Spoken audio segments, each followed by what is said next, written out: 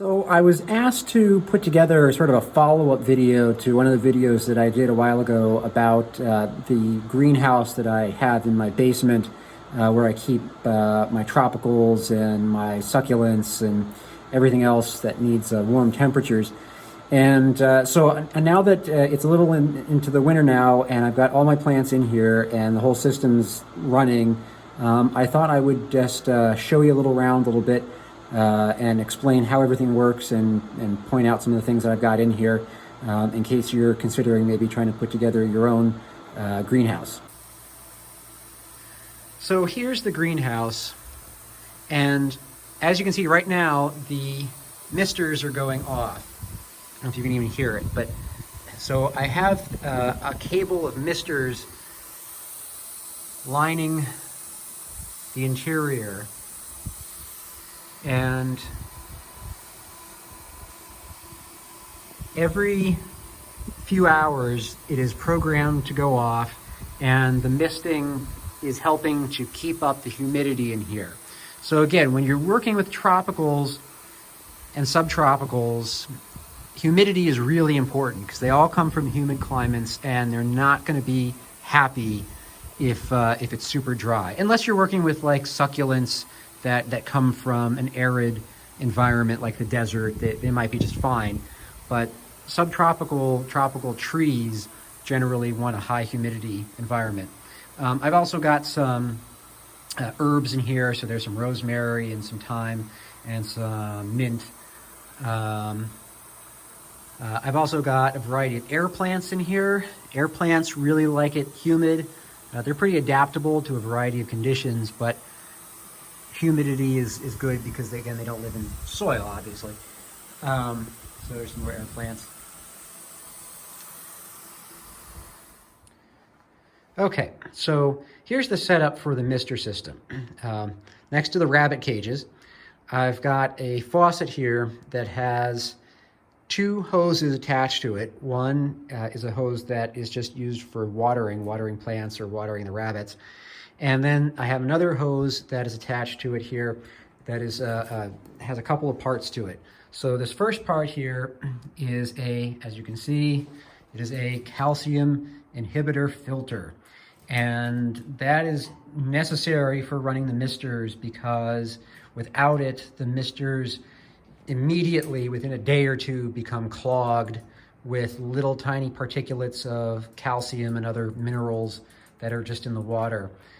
Misting heads are very fine precision little devices, and it doesn't take much to clog them up. So you need one of these filter things. And this isn't terribly expensive, it's about $15, and should last most of the next year at least. And connected to it is a timer.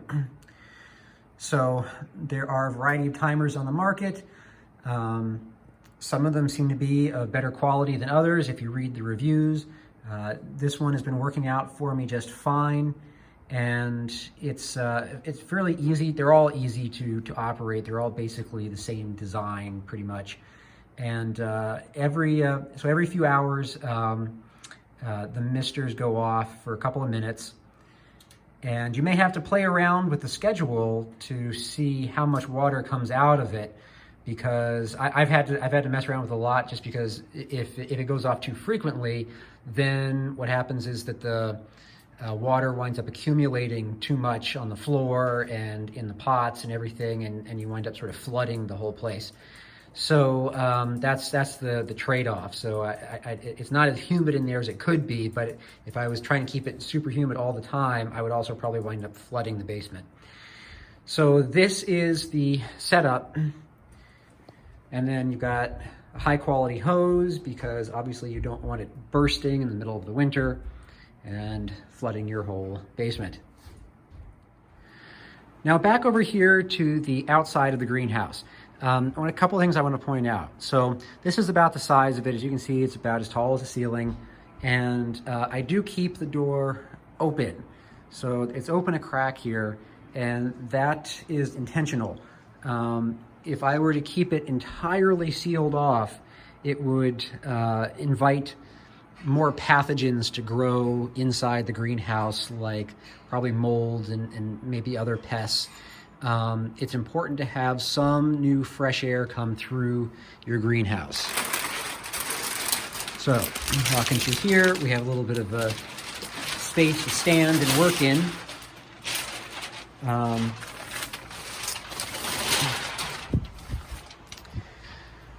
I've got a fan here. The fan is really important. The fan helps to circulate air throughout the greenhouse. That is running all day long, although it does turn off at night when the lights turn off because it's connected to the same timer.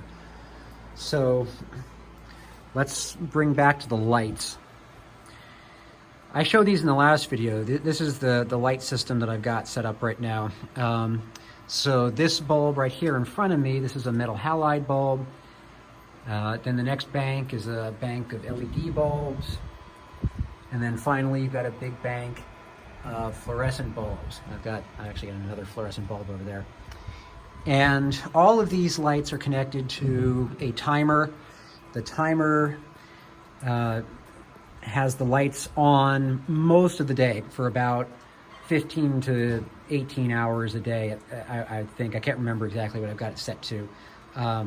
But you want it on almost the whole day because, as I talked about last time, these lights will produce light that seems bright to you because your eyes have adjusted to it, but to the plants, it's actually very weak. Nothing compares to the sun, absolutely nothing. And you want to try to eke out as much light from these banks as you can. And so what you lose in intensity by keeping your plants indoors, you can try to sort of compensate for by having them on for a longer time than plants would normally be exposed to the sun on a normal day. And so they can make some more additional use of that extra light. These lights need to be as close to your plants as they can be. If you use a light meter, and if you have a smartphone, you can get an app, a free app, that will give you a built-in light meter to tell you how much light is hitting your plants. And if you play around with that, what you'll see is that if you were to hold your light meter within, say, 6 inches of your light source, the meter reading is going to be much higher than even just 3 feet away from the light source. So the light intensity falls off exponentially from the light bank to the plants. And that's why you want to try to keep them as close to the plants as possible. Of course, the downside of keeping them up close is that then the light can't cover as wide an area of plants. So what I've done to try to reach something of a compromise is I have all the plants here raised up on a cement block here, and then wood planks, and then a tray. And that brings them up a little closer to the lights than putting them on the floor. And the lights are about as low as they can be and still provide light to the whole width of the greenhouse.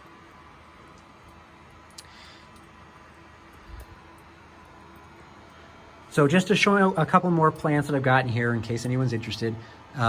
Here's some more stuff around the corner. So let's see, this is an orchid that's going into bloom.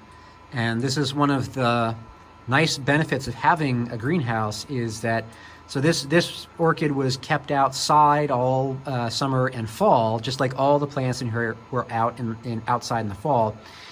And so as the temperature goes down, the plants start sort of preparing for a colder season. When you bring them inside into a very warm room like this, that causes them to think that, sort of be tricked into thinking that it's summer again. And many plants that bloom will start blooming.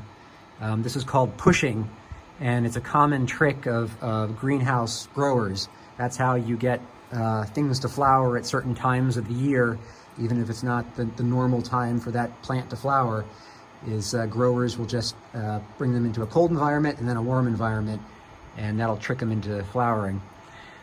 So anyway, I've got an orchid there. I've got some more succulents over here.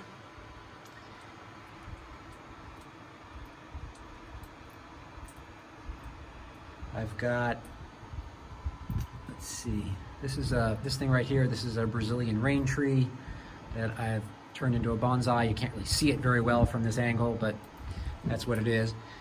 More herbs. There's some parsley and some basil hiding over there.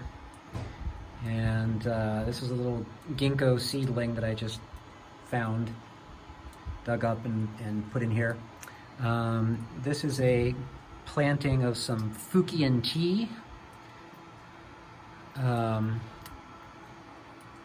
This is a willow leaf or narrow leaf ficus, depending on what you call it. That's a bonsai.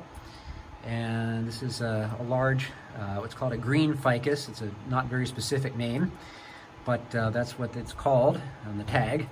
It's just called a green ficus. Again, you can't see it very well. I'm not trying to show this to show off the bonsai and how nice they look. I'm just trying to show what plants I'm keeping in here. Here we've got a couple of bougainvillea bonsai that I've got. There's one there. There's another back here. This is a dwarf plum. More air plants. Some more succulents and orchids down here. Some jade plants down on the floor. They don't need much light. They're okay down there. And a bunch of orchids and succulents on these shelves. And air plants. And more air plants. So I added these shelves in this year to create more space for plants, and it was a really good decision, I think. It's really created a lot more room for me to put more stuff in. Oh, like last time I pointed out that the silver lining that you see in the walls, that's all mylar. I have it lining all the sides, and that's for insulation purposes as well as to help reflect some of the light and keep it a little brighter in here. Mylar is pretty cheap, and this is not a big deal to set up. So that's pretty much all I had to show you. I think another thing that I would consider buying if I were you, if you had a greenhouse, I think it's pretty much a must, is just a thermometer, a digital thermometer with a built-in hygrometer that measures humidity. And this is really important. It lets you know how warm it is in here and how humid it is. And as you can see in here right now, we're at least 60% humidity and 75 degrees.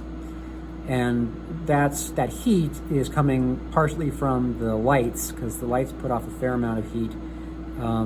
It's also because the basement down here is fairly warm. So outside of the greenhouse, the basement is in the 60s pretty much all winter long. This is not a heated basement, but it is naturally fairly insulated.